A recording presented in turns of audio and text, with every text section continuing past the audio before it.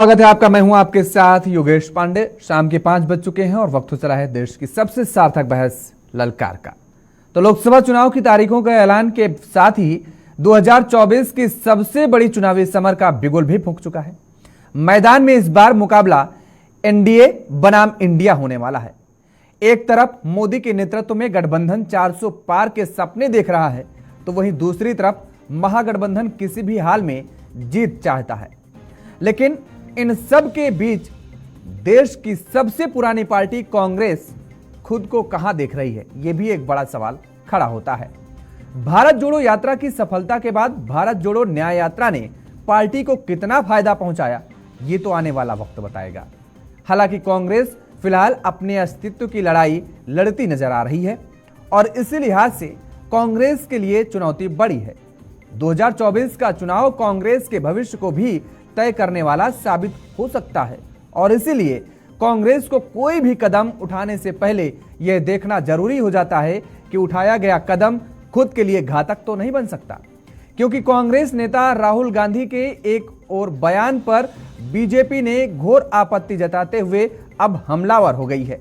राहुल गांधी ने हिंदू धर्म के शक्ति शब्द का जिक्र करते हुए कहा है कि वो शक्ति से लड़ रहे हैं, तो बीजेपी ने इसे सनातन धर्म का एक और अपमान बता दिया। प्रधानमंत्री नरेंद्र मोदी ने भी राहुल गांधी के इस बयान पर तमतमाए चेहरे से प्रतिक्रिया दी और उन्होंने कहा, मैं इस चुनौती को स्वीकार करता हूं और मैं इन शक्ति स्वरूपा माताओं बहनों की सुरक्षा के लिए जान की बाजी भी लगा दूंगा। जरा सुनिए आप कि राहुल गांधी ने क्या कुछ कहा और प्रतिक्रिया प्रधानमंत्री की तरफ से क्या कुछ आई, और फिर आज हम इसी मुद्दे पर चर्चा करेंगे और समझने की कोशिश करेंगे कि आखिर अब सियासत में चल क्या कुछ रहा। एक शक्ति से लड़ रहे हैं। अब सवाल उठता है, वो शक्ति क्या है? राजा की आत्मा ईवीएम में है, ईडी में है, सीबीआई में है, इनकम टैक्स डिपार्टमेंट में है।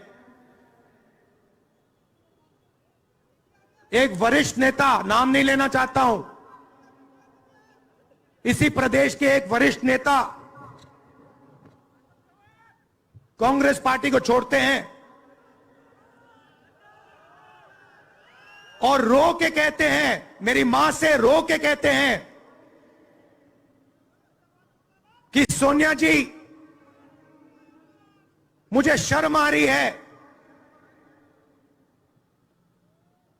मेरे में इन लोगों से, इस शक्ति से लड़ने की हिम्मत नहीं है, मैं जेल नहीं जाना चाहता हूं। इंडी अलायंस ने अपनी घोषणा पत्र जाहिर किया और उन्होंने कहा है कि उनकी लड़ाई शक्ति के खिलाफ है। मेरे लिए हर मां शक्ति का रूप है, हर बेटी शक्ति का रूप है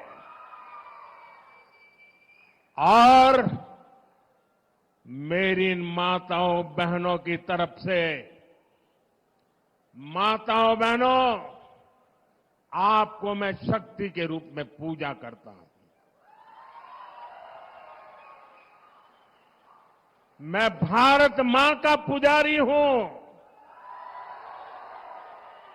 मैं आप शक्ति स्वरूपा सब माता बहन बेटियों का भी पुजारी हूं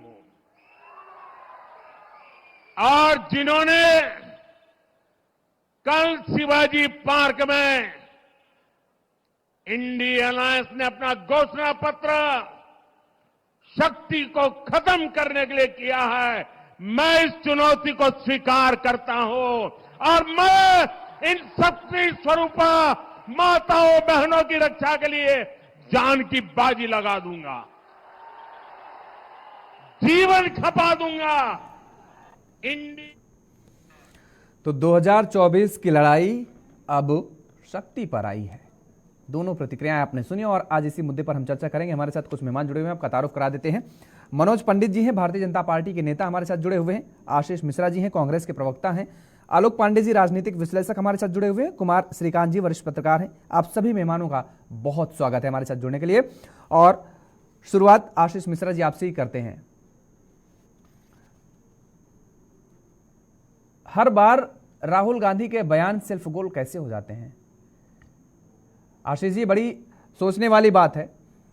पहले भी इसके पहले बयान दिया गया, मंदिर की प्रतिमाओं का जिक्र किया गया, उसमें भी आपने देखा किस तरीके से कि मंदिर की प्रतिमाएं जो किसी काम की नहीं होती हैं, मंदिर का आरोप संसद को बना दिया गया। भारतीय जनता पार्टी ने भी इस मुद्दे को खूब घेरा और अब शक्ति, वो भी ये कहा जा रहा है कि दरअसल हिंदू धर्म में, सनातन धर्म में एक वर्ड होता है शक्ति, और अब उसके खिलाफ आप लड़ाई लड़ेंगे।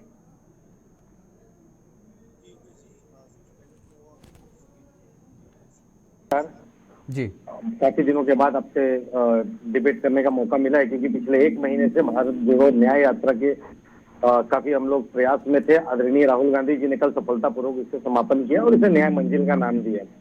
अब मैं आता हूँ आपके मुद्दे पे, जो आपने प्रश्न पूछा कि उन्होंने हिंदू धर्म की शक्ति के बारे में कहा, तो मैं आपको बताना चाहता हूँ कि देखिए, आप भी इंसान हैं, मैं भी इंसान हूँ, आप भी पुरुष हैं, मैं भी पुरुष हूँ। तो एक अगर विचारधारा के रूप में देखा जाए तो आपकी विचारधारा कुछ और होगी, मेरी विचारधारा कुछ और है। जिस शक्ति के बारे में राहुल गांधी जी कहना चाहते थे, आज के डेट में किसी को भी आप पूछ ले भारतीय जनता पार्टी चलती कैसे है, तो सब बता देंगे नागपुर के हाफ चड्डी के द्वारा चलती है। क्योंकि वो हाफ पैंट वाले जो हैं, उनके ही इशारे पे नागपुर में जो कुछ होता है, उनके ही इशारे पे प्रधानमंत्री और भारतीय जनता पार्टी का पत्ता हिलता है। एक चीज।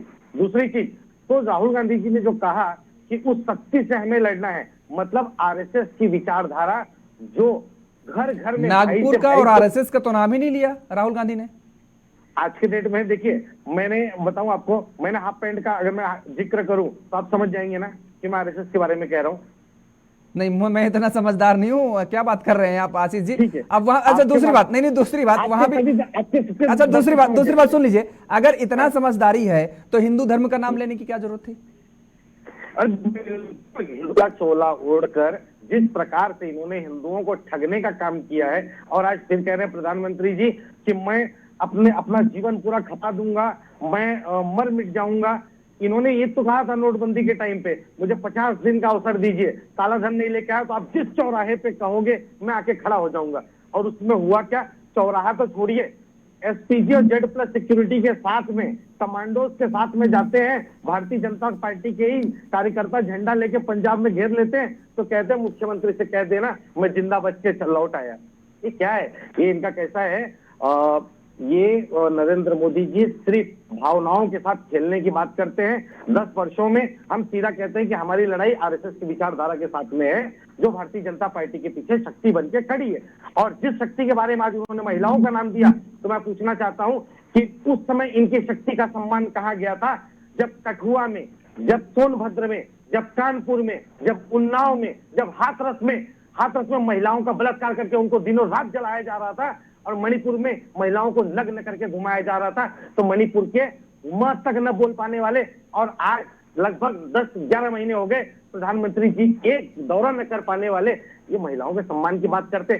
शर्म आनी चाहिए इनको ये बोलने में कि जिस वाराणसी संसदीय क्षेत्र से सांसद हैं, इनके ही भारतीय जनता पार्टी के 3 आईटी सेल के कार्यकर्ता महिलाओं का बलात्कार, महिलाओं का उत्पीड़न बंदूक की नोक पे करते हैं। ठीक है, और ये बात करेंगे। ठीक है, एक कमेंट ले लेते हैं, उसके बाद आते हैं। बात कौन करेगा? बात सभी कर रहे हैं वैसा, और सभी अपने अपने वक्तव्य रख रहे हैं। मनोज पंडित जी, मुद्दे की बात नहीं करेंगे, मुद्दे की बात करेंगे और मुद्दे की बात पर हम लेकर के आएंगे, भटकने नहीं देंगे, प्रयास पूरा मेरा रहेगा किसी को इधर उधर। मनोज पंडित जी, ये क्या एक सोचा समझा बयान है, या फिर किसी ने स्क्रिप्ट लिख करके राहुल गांधी को दे दी थी, ये फ्लो में निकल गया, कैसे क्या देखते हैं आप?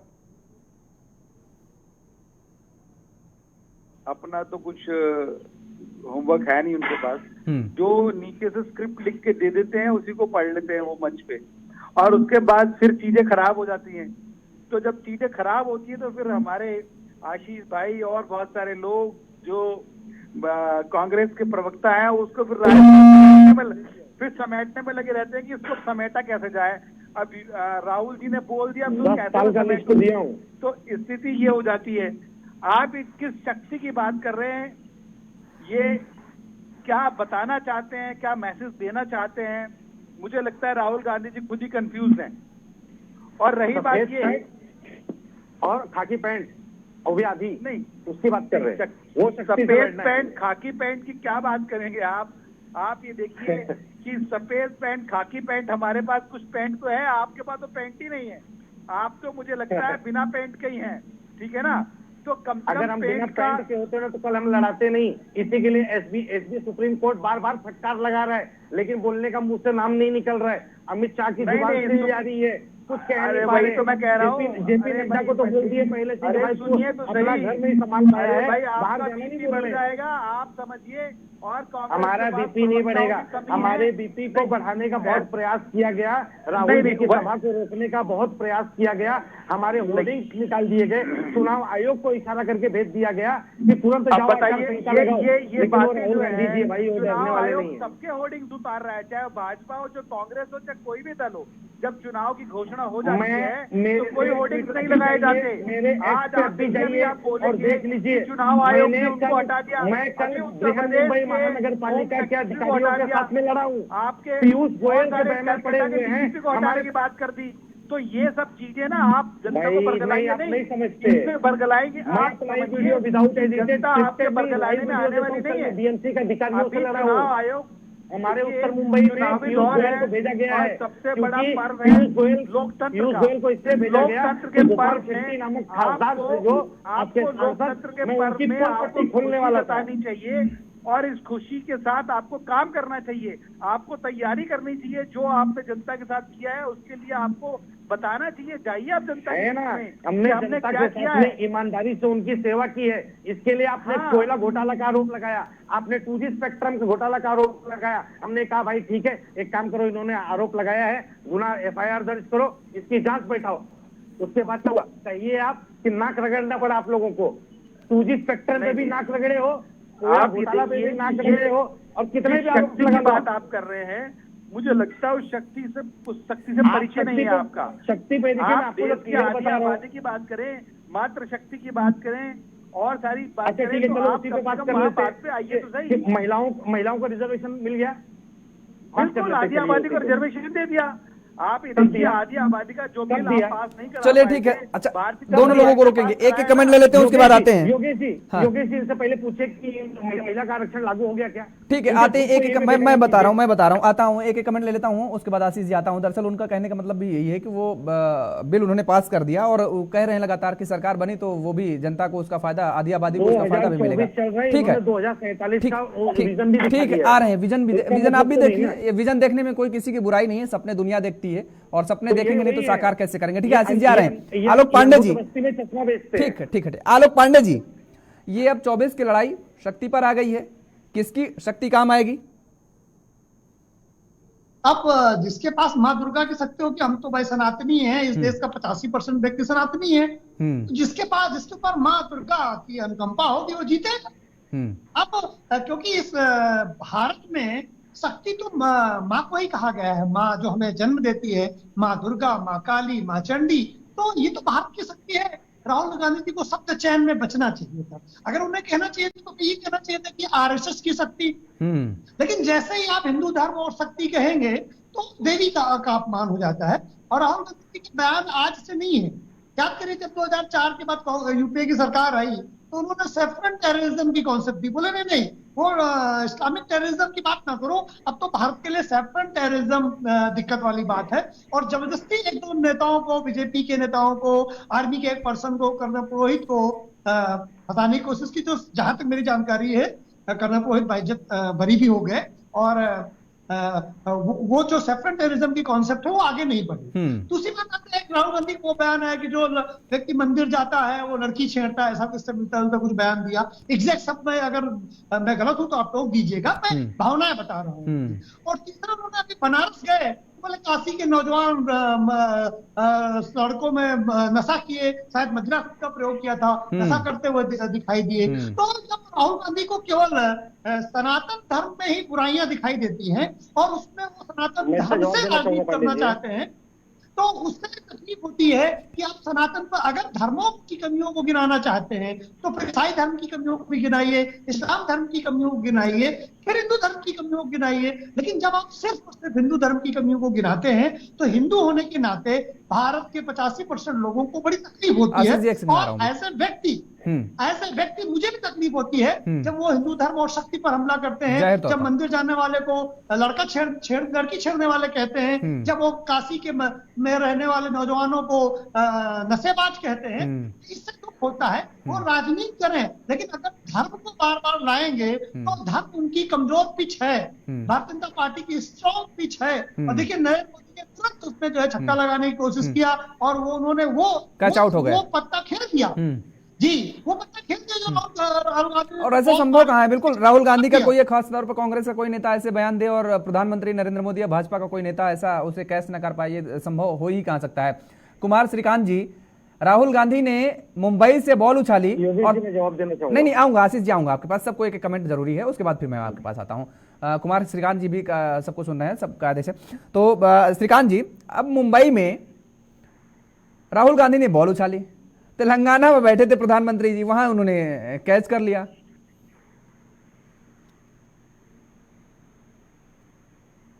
ये माना जाए कि मुझे लगता है माना जाए कि बोल्ड होते नजर आ रहे हैं राहुल गांधी। देखिए मुझे लगता है जहां तक चीजें हैं, देखिए पिछले 12-15 सालों में कांग्रेस ने अपने आप को आउटसोर्स कर लिया है। कांग्रेस जिस विचारधारा के साथ काम करती थी और कांग्रेस जिस सेक्युलरिज्म की, पंथ निरपेक्ष की बात करती थी, वो मूलभूत विचारधारा कांग्रेस से गायब है। अब ये समझिए, जब आप जेएनयू के चेले चाटियों को रख लेंगे और वो आपके स्क्रिप्ट लिखेंगे, वो आपका भाषण लिखेंगे, जिन्हें हिंदुस्तान के बारे में पता नहीं, जिन्हें हिंदू संस्कृति और इस देश की कण और माटी, रीति नीति के बारे में पता नहीं, जब वो आपकी स्क्रिप्ट लिखेंगे, आपका भाषण लिखेंगे, तो मुझे लगता है आप ऐसी चीजें बोलेंगे ही जो सेल्फ गोल होंगी। और दूसरी चीज ये है कि राहुल गांधी जैसे व्यक्ति के लिए स्क्रिप्ट लिखना, मान लीजिए इनकी जगह अगर कोई और कांग्रेस का नेता होता और ऐसा ब्लंडर स्क्रिप्ट होती, तो हो सकता है कि वो कांग्रेस का दूसरा नेता इस बात को ट्विस्ट कर जाता और अलग तरीके से बोलता। और ये बात जिस तरीके से राहुल गांधी बोलते, और राहुल गांधी ये अनर्गल प्रलाप जो है ये लगातार करते हैं, कभी हिंदू धर्म को लेकर करते हैं, कभी महिलाओं को लेकर करते हैं, कभी काशी के युवाओं को लेकर कहते हैं, मंदिर को लेकर बात करते हैं, वो अलग अलग अनर्गल बयान देते हैं। ये देखिए, समस्या कांग्रेस का जो बौद्धिक इंटेलेक्चुअल वर्क है, जब से आपने उसे आउटसोर्स किया है, यानी कि वामियों कामियों को। अब ये सोचिए, कांग्रेस में आज इंटेलेक्चुअल हब कौन है? सीताराम येचुरी। सीताराम येचुरी जो कहते हैं उसे आप समझिए राहुल गांधी नहीं, पूरी कांग्रेस मान रही है। यानी आपने पूरी पार्टी को आउटसोर्स कर दिया है। गलती राहुल गांधी की नहीं है, गलती तमाम कांग्रेसियों की ये भी है कि उन्होंने अभी तक राहुल गांधी को अपने नेता के तौर पर बनाए रखा है। जब वो नेता के तौर पर हटेंगे तो मुझे लगता है कांग्रेस का भी बेहतर समय शुरू होगा। और जब तक राहुल गांधी विपक्ष के नेता के तौर पर रहेंगे, मुझे लगता है कि जो पिच है वो पिच मोदी के लिए मुफीद होगी। लेकिन और मोदी लगातार सियासी हलकों में तो अब ये भी चर्चा आने लगी कि दरअसल राहुल गांधी ने जब पहले भारत जोड़ो यात्रा निकाली तो उसके बाद थोड़ा सा इंटेलेक्चुअल हुए, थोड़ा सा उनमें बदलाव देखने को मिला। भारत जोड़ो न्याय यात्रा निकाली, उसके बाद जो उनके भाषण आते हैं उसमें भी थोड़ा सा बदलाव देखने को मिलता है। एक सियासी हलकों में एक चर्चा ये भी चलती है, और आप कह रहे हैं कि जब वो कांग्रेस की जो बागडोर उनके हाथों से जब हट जाएगी तब कांग्रेस अपने आप को उबार पाएगी। योगेश भाई, मुझे लगता है कि आप पूर्वांचल के हैं। मेरी एक कहावत है पूर्वांचल में, क्योंकि मैं बनारस का हूँ। हाँ। बनारस में कहावत है कि मूस मोटई है लोड़ा उखियन। आप समझ सकते हैं। हाँ। तो राहुल गांधी कितना भी कर लें, कुछ भी कर लें, कितना भी हाथ पैर मार लें, कुछ भी रहेंगे, लेकिन रहेंगे तो वही ना। हाँ। आप मूलभूत प्रोडक्ट को नहीं बदल सकते ना। आप उसकी पैकेजिंग बदल सकते हैं, आप उसमें स्टंपिंग बेहतर कर सकते हैं, लेकिन जो मूलभूत प्रोडक्ट है, जो रॉ मटेरियल है, आप उसे कैसे चेंज करेंगे? तो राहुल गांधी की कोठरी वाले जो लोग हैं, राहुल गांधी की स्क्रिप्ट लिखने वाले, उनको राजनीतिक सलाहकार जो लोग हैं, मैं कहता हूं आशीष मिश्रा पढ़े लिखे व्यक्ति हैं। मैं एक सवाल उठाता हूं कि ये राहुल गांधी की कोठरी में क्यों नहीं है, जो राहुल गांधी को सही तरीके से क्या बोलना है, क्या नहीं बोलना है। अब आशीष मिश्रा खुद मुंबई में है, क्या इन्हें इस चैनल के डिबेट के बाद ये भी इस बात को कोशेंगे कि राहुल गांधी ने इतना बड़ा ब्लंडर कैसे किया? मां शक्ति को, मां दुर्गा को, और इस देश की, हम अपनी मिट्टी को जननी कहते हैं। हम, आपको पता है अभी 9 तारीख से नवरात्र शुरू होंगे, तो हम कलश रखते वक्त कहते हैं कि या देवी सर्वभूतेषु मातृरूपेण संस्थिता। नमस्तस्यै नमस्तस्यै नमस्तस्यै नमो नमः। बिल्कुल। तो यानी कि आप दुर्गा का माँ के खिलाफ खड़े होकर मुझे लगता है कोई नहीं जीत पाया है। बिल्कुल। और राहुल गांधी अगर ऐसा कार्य करते हैं तो मुझे लगता है कि अपना कुआं या अपनी कब्र खुद खोद रहे। हाँ, कब्र ही कहा जा सकता है। बड़ा खामियाजा भुगतना पड़ेगा। आशीष मिश्रा जी, अब एक बड़ी बात का जिक्र यहाँ पर कुमार श्रीकांत जी ने जिक्र किया है कि 9 तारीख से 9 अप्रैल से नवरात्रि प्रारंभ होंगी और उस दौरान मतदान हो रहा होगा। और अब आप ही खुद सोचिए, भारत भावनाओं का देश है। आप कितने भी तर्क दे दीजिए, कितने भी तर्क गढ़ लीजिए, कुछ भी कर लीजिए, लेकिन आपने जिस तरीके से हिंदू धर्म को जोड़ते हुए शक्ति का जिक्र किया है और उससे लड़ने की बात कही है, क्या जब नवरात्रि के मौके पर भारतीय जनता पार्टी के नेताओं की तरफ से रैलियां संबोधित की जाएंगी, उस दौरान इस मुद्दे को नहीं उठाया जाएगा? और 16 अप्रैल को अष्टमी है, 17 को रामनवमी है। आपको लगता नहीं है कि इसका बहुत बड़ा खामियाजा आप भुगतने जा रहे हैं आने वाले समय में? आप मंदिर को लेकर के, जिस मंदिर को लेकर के आपके नेता ने बयान दिया था, आपको मालूम है कि भारत देश, हमने पहले भी कहा कि भावनाओं का देश है और भारत में लोगों के माथे घिस जाते हैं मंदिर में सर पटकते पटकते, और आप कह रहे हैं मंदिर की मूर्तियां हैं, उनमें कोई शक्ति नहीं है। ठीक है योगेश जी, देखिए मैं बताना चाहता हूं कि मैंने इतने नाम बताए, इसमें से हमारे पूर्वांचल के भी भाई निकले और पंडित जी भी और आलोक पांडे जी भी। मुझे लगता है कि हम सब जो 4 के चारों बैठे हैं और 5 आपको लेके 5 के 5 लगभग लगता है कि पूर्वांचल से ही बिलोंग करते हैं, पूर्वांचल के बारे में जानते हैं। मैंने पूर्वांचल के ही उन सब जिलों की बात बताई जहां पे नारी शक्ति, हाँ ध्यान से सुनिएगा। और कल आप लोगों ने सब कुछ गौर किया, लेकिन एक बात का गौर नहीं किया, क्योंकि उस सभा में मैं भी बैठा हुआ था आगे। उस सभा में मैं आपको मेरे पास के साथ में प्रमाणित करके दिखा देता हूँ। ये देखिए, मैं उस सभा में खुद, ठीक है, मैं मानता हूँ भाई, आप कांग्रेस के फ्रंट लाइन में थे। वहां पे एक शक्ति की और बात हुई थी, जानते हो उस शक्ति का नाम क्या था? जसोदा बहन। वो भी एक शक्ति है, उनको भी अपमानित नहीं किया जाए। और हमने हाथ जोड़ के वहां से मंच से निवेदन किया गया इंडिया अलायंस के कि मोदी जी आप उनको ले आइए अपने साथ, उनका घर पे रखिए, उनकी देख रेख कीजिए।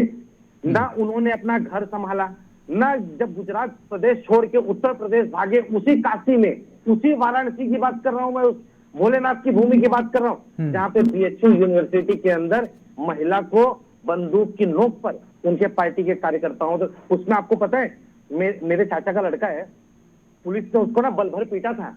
ये भी पूर्वांचल की भाषा सुन लीजिए। वो भी क्यों पता है? कि नरेंद्र मोदी जी का एक स्टेटमेंट, एक एक्सट्रैक्ट देख लीजिए कि वाराणसी को लेकर उन्होंने कुछ कहा। अरे भैया, न घर ही संभाल पा रहे हो, न गृह क्षेत्र अपना लोकसभा संभाल पा रहे हो, और कहोगे पूरा देश ही परिवार हो गया। गजब का सितम ढा रहे हो। योगेश भाई, बिलो द बेल्ट नहीं बोलना चाहिए, मुझे लगता है। ठीक बात कह रहे हैं। किसका बिलो द बेल्ट? आप कृपया किसी की वाइफ, किसी की माता को इस डिबेट में मत लाइए। आप वही काम कर रहे हैं जो राहुल गांधी ने किया है। क्या राहुल गांधी की क्लास से आप भी ट्यूशन लेकर आए हैं क्या? हम आईना दिखाएंगे तो आपको बुरा लग जाता है, आप लोगों को बुरा लग जाता है। गलत बात है, please don't shoot the messenger. आप लोगों ने 3 योगेश जी 3 के 3 लोग थे, 3 के तीनों लोग के मुंह से मैंने लगभग, अरे यशस्वी प्रधानमंत्री है तो कुछ भी कर लेंगे। नहीं तो कुछ भी कहा कर रहे हैं, इसके लिए बनाया गया है, आप प्रधानमंत्री इसके लिए बनाया गया है कि आप जहां से लोकसभा से आओ, आपके कार्यकर्ता जाए महिलाओं का बलात्कार करें। इसलिए बनाया गया है उस राज्य से आप आओ जहाँ के कोने कोने में महिलाओं को जला दिया जाए, उसपे अरे कितना भावनाओं से खेलोगे। आज जब नरेंद्र मोदी जी के पास भ्रष्टाचार का आवाज लगा हुआ है, उनके पास देश की जनता की भावनाओं के साथ खेलने के अलावा कुछ नहीं बचा है। उनके विपक्ष की पार्टी आदरणीय राहुल गांधी जी महिला का मुद्दा, बेरोजगारी का मुद्दा, बलात्कार से पीड़ित का मुद्दा, जलते मणिपुर का मुद्दा, किसको लाना है, किसको छोड़ना है, ये व्यक्तिगत बातें अगर आप मंच पे करेंगे या नेशनल टीवी पे बैठकर अगर ये बातें करेंगे, इन बातों को कोई मतलब निकलता नहीं है। आप कम से कम ऐसे बातें अपने कीजिए। परिवार को भी अब हम कहें कि अब ये बताइए कि भाजपा कहे कि भाई राहुल गांधी जी कब शादी कर रहे हैं, कब घोड़ी चढ़ेंगे, इसका कोई मतलब निकलता है क्या? आप राजनीतिक व्यक्ति हैं, आप मुद्दे पे आइए, आप मुद्दों पे बात कीजिए। मना किए हैं क्या आप तो बात ही कुछ ऐसी कर रहे हैं? अरे भाई आप कौन घर रखेगा जिस देश के प्रधानमंत्री का पूरा दे रहे हैं? कौन आज के डेट में कौन ऐसा चाहेगा, कौन माँ बाप ऐसा चाहेगा कि उसको ऐसा बेटा मिले? कौन ऐसे माँ बाप चाहेंगे कि ऐसा दामाद मिले? कौन भाई? आशीष मिश्रा जी देखिए यहाँ व्यक्तिगत टिप्पणी किसी के लिए नहीं। मैंने पहले देखिए मैं पहले भी मना किया और उसके लिए श्रीकांत जी ने भी कहा, श्रीकांत जी ने भी आपको सलाह दी, व्यक्तिगत किसी पर नहीं, व्यक्तिगत टिप्पणी किसी पर नहीं। जब नरेंद्र मोदी जी सामाजिक जीवन में आ गए हैं, राजनीतिक जीवन में आ गए, तो जब वो शब्दों का किसी शब्दों को कहीं और ले जाके जोड़ेंगे तो निश्चित तौर पर उदाहरण के तौर पर वो बातें उन पर भी लागू होंगी। मिश्रा जी एक बात बताइए, जिन शब्दों का वहां पर इस्तेमाल राहुल गांधी ने किया, अगर ये कह देते कि जो राजनीतिक शक्ति है हमको उससे लड़ना है, जो आरएसएस की शक्ति है हमको उससे लड़ना है, तो यहाँ पर क्या बिगड़ जाता? सुना ही नहीं आपने, स्टेटमेंट को सुना ही नहीं। एक चीज राहुल गांधी जी ने और कहा था पता है, मैंने 3 बार चिल्लाया था, बट लेकिन उस समय क्या हुआ कि इतना शोरगुल हो रहा था कि मेरी आवाज पहुंची नहीं। उन्होंने कहा कि इनकी शक्ति है ED, CBI, income tax.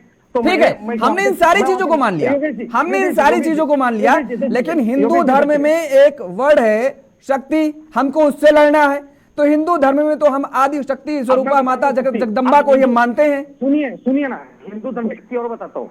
Rahul Gandhi ji Kashi Vishwanath मंदिर में गए थे, पुलिस प्रशासन ने उनके खुद के मोबाइल फोन, बाकी लोगों के कैमरे सब कुछ बाहर रखवा दिया था, मीडिया के साथियों को बाहर करा दिया था। उसी जगह पे नरेंद्र मोदी जी जाते हैं, फुल कैमरे। अरे अब आप मुद्दे पे बात ही नहीं कर रहे हैं, पता नहीं क्या कर रहे हैं। मोबाइल रखवा दिया था, क्या रखवा दिया था भाई? ये प्रोटोकॉल है अपना, ये अपना प्रोटोकॉल है। मोबाइल रखवा दिया, किसका क्या करवा दिया? कैमरा ठीक है। अरे भाई आप किससे? राहुल गांधी जी ने कहा था, आपकी पार्टी के लोग, आप चुनाव पे बात कर रहे हैं। हम लोग आपकी पार्टी के लोग जो आपके सीनियर नेता हैं, सब चुनाव लड़ने से मना कर दिया सबने। हम चुनाव नहीं लड़ना चाहते।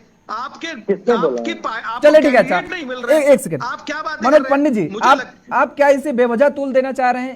इसे दरअसल कांग्रेस का वो, ठीक है आशीष जी रुकिए, आशीष जी ठीक है रुकिए, मिश्रा जी अब ठीक है, मिश्रा जी आप ही की बात कर रहा हूँ, चलिए ठीक है, आप ही के मैं तर्क ले रहा हूँ। मनोज पंडित जी बेवजह तूल दे रहे हैं, दरअसल इंटेंशन कांग्रेस का ऐसा था नहीं कुछ। नहीं क्यों नहीं, आप मुझे बताइए। हाँ। इंटेंशन के शक्ति की बात की इन्होंने, शक्ति की बात की कि शक्ति से लड़ाई करनी है, शक्ति से लड़ना है। अरे भाई शक्ति से कौन सी शक्ति से लड़ना चाहते हैं आप बताइए? मात्र शक्ति से लड़ना चाहते हैं या महिला शक्ति से लड़ना चाहते हैं? किस शक्ति से लड़ना चाहते हैं आप मुझे बताइए ना। पर लेकिन भारतीय जनता पार्टी की शक्ति आदि आबादी नहीं, आप आशीष जी सुन भी लीजिए, आप मेरी बात सुनिए। जब आप बीच में बोल रहे थे मैं बोल नहीं रहा था, मैं सुन रहा था, आप सुन लीजिए। और आप राहुल जी ने कल भी कहा, मेरे पास बचा है, मेरे पास वहाँ पे चिल्ला के मैं बोला हूँ, मीडिया अगर वो दिखाएगी ना मैं आपको टैग करूंगा। योगेश जी मैंने क्या कहा था पता है कि राहुल जी एक बार बीपी मत बढ़ाइए, 24 घंटे के लिए ले लीजिए, आप देखिएगा नरेंद्र मोदी, अमित शाह, ये दोनों के दोनों तरक्की जल्दी हो जाएगी। पार्टी के लोग जल्दी समझ जाएंगे कि आशीष जी बढ़िया डिबेट करते हैं, तो इसलिए अपना बीपी मत बढ़ाइए। ये राजनीतिक दल यही रहेंगे। क्यों पर बीपी कम से कम मित्र आप सुनिए तो सही। अरे आप बातें तो ऐसी कीजिए जिन बातों का अच्छा बताइए। चलिए बीएसयू यूनिवर्सिटी का बताइए, वो बीएसयू वाला बताइए। वो महिला के साथ में जो भारतीय जनता पार्टी के कार्यकर्ताओं ने कृत्य किया, बताइए, बोलिए ना। चलो क्या किया? क्या बीएसयू यूनिवर्सिटी में आ रहा हूँ श्रीकांत जी, आ रहा हूँ बस। बीएसयू यूनिवर्सिटी में कुछ हुआ था? एक काम करो ना योगेश जी, वो भाई को भी साथ में ले, ये दोनों को बीच करने की क्षमता है। नहीं यहाँ बीएचयू में हुआ था तो क्या कानून ने अपना काम नहीं किया? क्या कहाँ पर हैं वो लोग आज मुझे बताइए, कहाँ पर हैं वो लोग आज? सारे लोग अपने साथ सब रह के सारे नहीं, कब किया था? क्या तरीका है? कब किया था? क्या तरीका है? कानून ने अपना काम किया नहीं किया? सारे लोग जेल में है नहीं है? कांग्रेस पार्टी के प्रदर्शन के बाद। अरे भाई ऐसा है नरेंद्र मोदी जी ठीक है, अच्छा ला रहा हूँ, श्रीकांत जी को लाइए, ठीक है श्रीकांत जी को लाइए। लेकिन आशीष जी एक बड़ा सवाल यहाँ पर ये उठ रहा है, एक बड़ा सवाल ये उठ रहा है, एक सेकंड बड़ा सवाल ये उठ रहा है कि ठीक है बीएचयू में जो हुआ कानून ने अपना काम किया, आपने प्रदर्शन किया, आपका भी काम था। सुनिए सुनिए सुनिए, आप विपक्ष में थे, आपका भी काम किया, आपने भी काम किया, उसके बाद भी अगर कानून ने अपना काम किया तो सराहिए कि ठीक है, जिसकी जहां पर जगह थी उसको वहां पर भेज दिया गया। रुकिए रुकिए, ठीक है। श्रीकांत जी कहना चाह रहे हैं, उसके बाद श्रीकांत जी, हाँ आप आइए। देखिए, मुझे लगता है आशीष भाई, मैं आपकी बात बहुत प्रेम से सुन रहा था, आप सुनिएगा। आशीष जी, बीएचयू वाले जो दो लड़के थे, बीजेपी ने उनको टिकट दिया क्या? पार्षदी क्या? मेंबर ऑफ पार्लियामेंट का टिकट दिया? नहीं दिया। दो कांग्रेसी ने प्लेन को, हवाई जहाज को हाईजैक किया, नकली बंदूक लेकर पूरे हवाई जहाज को हाईजैक किया और उसमें तकरीबन 53 लोगों की सांसें आफत में डाली, उनकी जान आफत में डाली, और वो प्लेन जो है क्रैश होने वाला था। उसके बाद केवल इंदिरा गांधी के लिए, आप सुनिए ना, एक व्यक्ति मेंबर ऑफ पार्लियामेंट बना, एक व्यक्ति विधायक बना। आशीष जी शर्म कीजिए, आपको पता है कि नहीं? आप कांग्रेस से हैं, आपको पता है कि नहीं? कुलदीप इतिहास पता है कि नहीं? का नाम सुना आपने? कुलदीप सेंगर का नाम सुना है? मैं कह रहा हूं, आपको इतिहास पता है कि नहीं? मैं इतिहास पर आ रहा हूं, मैं इतिहास, मैं महिपाल मदेरणा पे आ जाऊंगा। आपने महिपाल मदेरणा का नाम सुना है क्या? आपने महिपाल मदेरणा का नाम सुना है? बिल्कुल सुना है, बिल्कुल सुना है, बिल्कुल सुना है। आपने आपके पूर्व मुख्यमंत्री आपके वर्तमानिक मुख्यमंत्री सिद्धिरमैया के भाई के बारे में पता है कि नहीं? पंकज पांडे के बारे में पता है कि नहीं? बिल्कुल पता है। वी.आर. ओडिप्पा के केरला के आपके मंत्री, उनके बारे में पता है कि नहीं आपको? भंवरीलाल केस आपको पता है कि नहीं? कर्नाटका के असेंबली में इसकी बात करेंगे, वो इसकी बात करेंगे, मैं सीधी बात करता हूँ आपसे। देखिए, उपेंद्र रावत के बारे में पता है आपको? राहुल गांधी दक्षिण भारत क्यों जा रहे हैं, मुझे इस बात की, गांधी परिवार कांग्रेस अब दक्षिण की पार्टी बन गई है। योगेश जी से मैं कहूंगा, जब भी कांग्रेस के किसी नेता को बैठाए तो कांग्रेस के आगे ये लिखे दक्षिण भारत की पार्टी। उपेंद्र रावत का नाम सुने हो? जो व्यक्ति अमेठी छोड़ रहा है, जो महिला रायबरेली छोड़ रही है, जो महिला हारने के डर से हिमाचल का चुनाव छोड़ दे रही है, जो पार्टी, जो व्यक्ति तेलंगाना में खम्मम की सीट ढूंढ रही है, यहाँ तक कि सोनिया गांधी राजस्थान इसलिए गई क्योंकि वहां उनको जीत की उम्मीद। ठीक है, लेकिन अब तो श्रीकांत जी, अब तो वहां भी सेंधमारी करने का काम प्रधानमंत्री कर रहे हैं। अब तो वहां पर भी नजर है, दक्षिण में भी, दक्षिण किला भी भेजने की पूरी तैयारी इस बार कर रहे हैं, बीजेपी की तरफ से की जा रही है। चलिए ठीक है, ठीक है, दोनों लोग रुकिए। आलोक पांडे जी, ये ठीक है आशीष जी, अब रुकिए। अब देखिए, आलोक पांडे जी बताएंगे कि ये वर्ड जो है कितना इफेक्ट करने जा रहा है लोकसभा के चुनाव में, जब प्रधानमंत्री किसी मंच से ये कह दें कि मैं इस देश की बेटी के लिए, मातृ शक्ति के लिए जान की कुर्बानी दे दूंगा, और वो भी करके घुमाया जाए। सुन लीजिए आशीष जी, वो भी इस भाव में, इस भाव भंगिमा में। आपने भी शायद जब मैंने बाइट चलाई तो आपने देखा होगा, शब्द अच्छा नहीं है जो आप इस्तेमाल कर रहे हैं, सुना होगा। ईवी पे विदाउट क्लॉथ कह सकते हैं, निर्वस्त्र कह सकते हैं, लेकिन आप देख सकते हैं कि किस तरीके से। अरे रुक जाइए भाई, रुक जाइए आशीष जी, रुक जाइए भाई, आप किसी और को भी बोलने दीजिए। आशीष जी, किसी और को बोलने दीजिए, आप ही बोलते रहेंगे तो फिर बाकी और मेहमानों को बुलाने का मतलब क्या हो जाएगा? कितना असर डालने जा रहा है? आलोक पांडे जी, कितना, आलोक पांडे जी केवल स्क्रीन पर लाइए, ठीक है, आलोक पांडे जी को लाइए, क्योंकि आशीष जी शांत होने वाले नहीं है। आलोक पांडे जी, कितना असर डालने वाला है? अगर हम शांत हो गए तो देश की जनता में कोई माफ नहीं करेगी। नहीं, बोलने का मौका दीजिए। शांत मैं तो कह रहा हूं, आप सड़कों पर उतरिए, सरकार को घेरिए। अब आलोक पांडे जी को लाइए, मैं सबसे कम बोलने नहीं, आलोक पांडे जी को लाइए। आलोक पांडे जी बोलिए, आप अपनी बात रखिए। कम से कम 34 मिनट में आप बोलिए। साहब 1.5 मिनट से ज्यादा नहीं बोला मैंने। आप बोलिए। तो कम से कम मेरी भी आवाज लोकतांत्रिक व्यवस्था में उठा लेने दीजिए, है ना मिश्रा जी, ऐसा मत करिए। गरीब आदमी को बोल तो लेने दीजिए। आप अपने समय में इमरजेंसी लगा देते थे, नहीं बोलने देते थे। अब मोदी राज में भी नहीं बोलने दोगे आप, तो हम किसको लेके आए? योगी जी को लेके आए, फिर तब बोलने दोगे आप हमें? बोलने नहीं तो फिर हम कठिन वाला ले आएंगे, सतयुग वाला। देखिए, मैं आपको बताऊं, राहुल गांधी जी अब क्या बताएं, क्या बोलते हैं, क्या सोचते हैं, लेकिन मुझे लगता है कि कर्पात्री महाराज जी का श्राप जो है फलित हो रहा है। इसी संसद की बाउंड्रीज के आसपास सैकड़ों संतों को मरवा दिया था स्वर्गीय श्रीमती इंदिरा गांधी जी ने। तो कर्पात्री महाराज जी ने श्राप दिया था कि संतों को तुमने मरवाया, तेरा पाप माफ, लेकिन जो तूने गौ हत्या की है, हिमालय से कोई आएगा एक और वो उतरेगा और तेरी पार्टी का समूल राजनीतिक विनाश करेगा। ये जो राहुल गांधी जी का बयान है, ये करपात्र महाराज जी के कहे गए वचनों को पूरा करने के लिए मां सरस्वती ने उनसे दिलवाया। आप इसके बयान का मतलब अगर आज नहीं समझ रहे हैं तो आप देखते जाइए चुनाव तक। आलोक जी रोकेंगे, आपको एक बड़ी खबर आ रही है इस वक्त। पीएम मोदी पर दिग्विजय सिंह का विवादित बयान, बड़ा बयान। मोदी सरकार को बताया असुर शक्ति। एक और बयान दिग्विजय सिंह का, असुर शक्ति करती है लोगों पर अत्याचार। दिग्विजय सिंह का यह बयान आया है, हालिया बयान। पीएम मोदी सरकार में असुर शक्ति मौजूद है। बड़ी खबर इस वक्त की, शक्ति पर लगातार विवाद छाया हुआ है। राहुल गांधी के बयान के बाद अब दिग्विजय सिंह का भी बयान सामने आया है। उन्होंने दरअसल मोदी सरकार को असुरी शक्ति करार दे दिया है और बताया है कि असुर शक्ति भारतीय जनता पार्टी की मोदी सरकार में मौजूद है। बड़ा बयान दिग्विजय सिंह का। इस बीच आलोक पांडे जी एक के बाद एक और, मतलब नींव ऊपर से करेला चढ़ा। हिंदू धर्म की किताबों में, वेद पुराणों में इस शक्ति का विवरण है। ठीक है, आ रहे हैं, नींव ऊपर से करेला चढ़ा। अभी तो आप कह रहे थे कच्चे वाले की अभी बात तो हम लोग कर रहे हैं, अभी अभी आप टी शर्ट वालों की बात हम लोग कर रहे हैं, और अभी आपके नेता कह रहे हैं असुर शक्ति की बात कर रहे हैं। अभी तो और कौन है ये जनता तय करेगी ना। अभी ये है मजबूत विपक्ष की आवाज नरेंद्र मोदी जी को। अभी 4 जून को, जिस दिन मेरे बेटे का जन्मदिन है, सौभाग्य से मेरे बेटा का जन्मदिन 4 जून को होता है। 4 जून को योगेश में बैठूंगा आपके चैनल में, बिजली में आऊंगा जरूर, और मैं बताऊंगा कि इस बयान का परिणाम मैं आज बता दे रहा हूँ।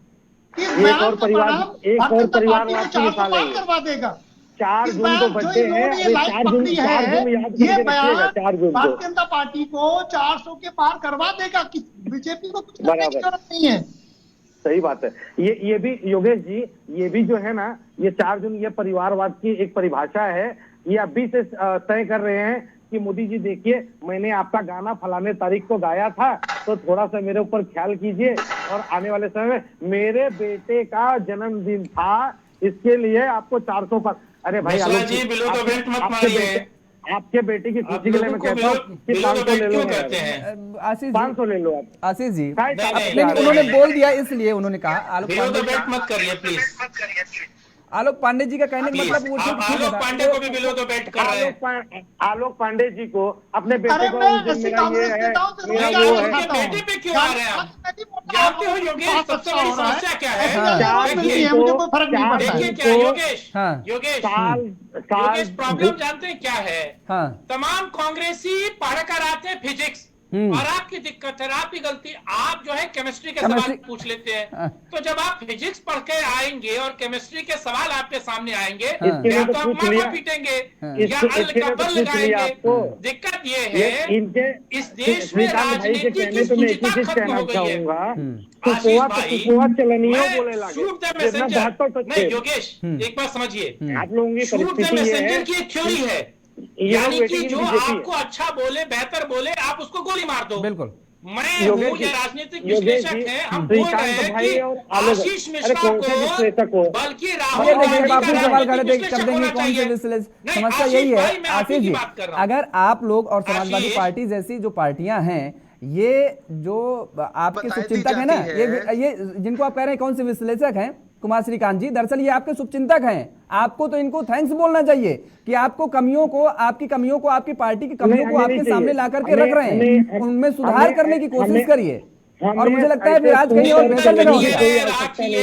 हमारे नेता महिलाओं की, बेरोजगारों की, महंगाई के इन मुद्दों की बात कर रहे हैं। सुप्रीम कोर्ट में आज भी हम लड़ाई लड़ रहे हैं। ठीक है, लड़ाई करिए। अच्छा ठीक है, मनोज पंडित जी इंतजार कर रहे हैं, मनोज पंडित जी इंतजार कर रहे हैं। मनोज जी एक और बयान सामने आया गया है, असुरी शक्तियों का वास है भारतीय जनता पार्टी की सरकार में फिलहाल, और ये हिंदुओं के धर्म में लिखा गया है। ये जवाब तो जनता देगी इनको। हाँ। आप 2 जून को इनको पता चल जाएगा कि असुरी शक्ति कौन सी है और देवी शक्ति कौन सी है। इन शक्तियों में अंतर जो है, ज्यादा दिन बचे नहीं अंतर साबित करने के लिए। और जो मेरे मित्र इतनी देर से कुमार के पैरों पे नाक रगड़ने पड़े, जो हर चीज के लिए देखिए हर चीज के लिए कम इनका से क्या, कम अब आप आप देखिए लोगों कोई भी को डिबेट, अमित शाह 40 मिनट आपको की कम से डिबेट कम को अमित शाह इन्होंने की जुबान की तो बिल्कुल कब्ज बेकार रखना कर चाहिए दिया। था। किसी योगेश भी जी, व्यक्ति एक चीज को ये कहा बात गया समझ था, में नहीं आई रामचरितमानस जो की एक हम चौपाई यहाँ है, बात करने बैठे हैं। रामचरितमानस की एक इन्होंने चौपाई सारी है, चीजों को मनोज भाई एक ही सुन साथ, लीजिए। ये मुझे लगता है कि क्या हम कैसा तैयारी राम करके राज्य आए चाहते हैं। हैं, रघुकुल बिल्कुल, रीत राम सदा राज्य- चली आई, प्राण जाए पर वचन न जाई। लेकिन अमित शाह का वचन देखे ना, अमित शाह का वचन टिका ना, तो नीतीश कुमार का वचन टिका। एक जगह बिहार की जनता को मैं अस्वस्थ कर देना चाहता हूँ, नीतीश कुमार जी के लिए दरवाजे बंद हो चुके हैं। अरे एक जन तो बोले कि मैं अपना पगड़िए खोल दूंगा या बांध लूंगा। नीतीश कुमार की भी स्थिति ऐसी है कि आप आशीष जी आज मुंबई में रहते हैं, मुझे लगता है कि आप ये पार्टी छोड़ के एक नाटक कंपनी में भर्ती हो जाओ तो ज्यादा अच्छा रहेगा। आप तो बहुत बढ़िया एक्टिंग करते हैं भाई। हम जहाँ पे है ना, इतनी बहुत बढ़िया करवाएंगे, एक्टिंग करते अभी और हैं करवाएंगे। आप इतनी बढ़िया एक्टिंग करते हैं। चुनाव आप के तो समर में आइए तो सही, देखिए और कितना मिमिक्री भी करवाते करना हैं। जानते हैं आशीष जी, आप मैं तो कह रहा हूँ, मिमिक्री करना भी बहुत कुछ जानते हैं, आप सारी हम तो चीजें बहुत कुछ जानते हैं। तो बिल्कुल, इसीलिए मैं कह रहा हूँ कि क्योंकि आप यहाँ लोगों से को ज्यादा सर्टिफिकेट की लाभ जरूरत आपको नहीं वहां है। मिल जाएगा। आप लोग महंगाई के बारे में नहीं यहाँ से जानते ज्यादा हैं, लाभ आप लोग मिलेगा बढ़ती आपको वहां बेरोजगारी पर। के बारे में नहीं जानते आप हैं, गलत आप ट्रैक लोग पे जा होते रहे हैं पेपर आशीष लीक जी, के बारे में नहीं आप जानते अच्छे हैं। ट्रैक पे नहीं आप चल लोग रहे बार हैं। बार अगर आप अच्छे ट्रैक पे चल रहे बार होते तो भर्तियां आपकी निकाल बहुत कर तरक्की हो जाती। एक गरीब बच्चे का उसके फॉर्म का पैसा खा खाकर तिजोरी भर रहे हैं। आप लोग शर्म कीजिए, कहीं चुनाव आयोग इस्तीफा देके भाग जाते हैं, तो कहीं नोटबंदी के बाद उर्जित पटेल जैसे गवर्नर इस्तीफा देके भाग जाते हैं। लेकिन हमारे राहुल गांधी जी की तो सदस्यता भी आपने निरस्त करवा दी थी। राहुल गांधी ने क्या कहा, मैं डरने वाला नहीं हूँ। कैसे रिपीट हुई फिर आपकी सदस्यता, आप मुझे बताइए कहाँ से आई फिर सदस्यता? ये देश संविधान से चलेगा? लड़ाई लड़ रहे नहीं, हैं, आप मुझे बताइए कैसे आप चलाएंगे?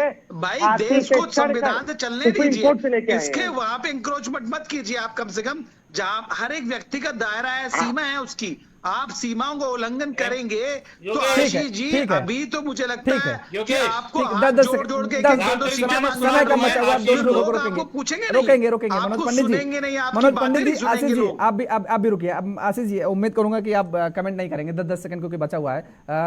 श्रीकांत जी देखिए, मैं तो केवल इतना बात कहूंगा कि 4 बार एक व्यक्ति जाकर सुप्रीम कोर्ट और हाई कोर्ट में सॉरी बोल चुका है। 100 बातों की एक बात, और इसमें भी एक है, जब जब होई धर्म की हानि, बाढ़ ही असुर अधम अभिमानी, तब तब प्रभु धरि विविध शरीरा, हर ही सदा भव सज्जन पीरा। 4 को रिजल्ट आ जाएगा, बहुत सारी चीजें क्लियर हो जाएंगी। चलिए ठीक है, फाइनल कमेंट आलोक पांडे जी।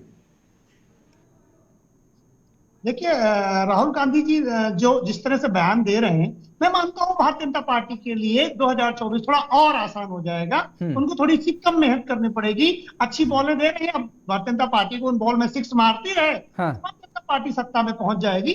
और जो सीटें कुछ घट रही होंगी तो ये राहुल गांधी के ऐसे बयान है तो 15-20 सीटें और बढ़ाने में भारतीय जनता पार्टी को और मदद प्रदान करेगी। और राहुल गांधी के पीछे जो ये बयान बहादुर लगे, ये कितनी बड़ी भूमिका निभाएंगे? दिग्विजय सिंह जैसे लोग, अब ये लोग तो 4 सीटें, ये तो भाई कैटलिस्ट है, केमिकल रिएक्शन को और तेज कर देंगे। तो जहां राहुल गांधी की सीटों से 10 का नुकसान होता था, 10-15 और हो जाएगी। बिल्कुल। चलिए, 400 पार का जो नारा बीजेपी की तरफ से प्रधानमंत्री नरेंद्र मोदी की तरफ से दिया गया है, उसके लिए तो बीजेपी मेहनत कर ही रही है, एनडीए मेहनत ही कर ही रही है, लेकिन उसको और सरल बनाया जा रहा है कांग्रेस की तरफ से। बहरहाल, आप सभी मेहमानों को हमारे साथ जुड़ने के लिए, समय देने के लिए बहुत बहुत शुक्रिया, बहुत धन्यवाद। तो सभी राजनीतिक दलों की तरफ से 2024 के चुनाव को फतह करने की कोशिश की जा रही है, लेकिन इस बीच जो बयान बहादुर हैं और बयान देते नजर आ रहे हैं, उसी बयान बहादुरों की वजह से खुद अब सेल्फ गोल होते नजर आ रहे हैं। लेकिन राहुल गांधी को एक बार फिर से मैं वही कहूंगा जो शुरुआती दौर में जिसका मैंने जिक्र किया था कि राहुल गांधी को किसी भी बयान, खासतौर पर कांग्रेस के नेताओं को अब किसी भी बयान को देने से पहले 10 बार सोचना जरूरी है, क्योंकि अब वो प्रत्येक बयान में कहीं ना कहीं सेल्फ गोल होते नजर आ रहे हैं और खासतौर पर भारतीय जनता पार्टी आड़े हाथ लेती नजर आ रही है। मेरे साथ फिलहाल इतना ही। खबरों के लिए आप देखते रहिए JK24/7 न्यूज। नमस्कार।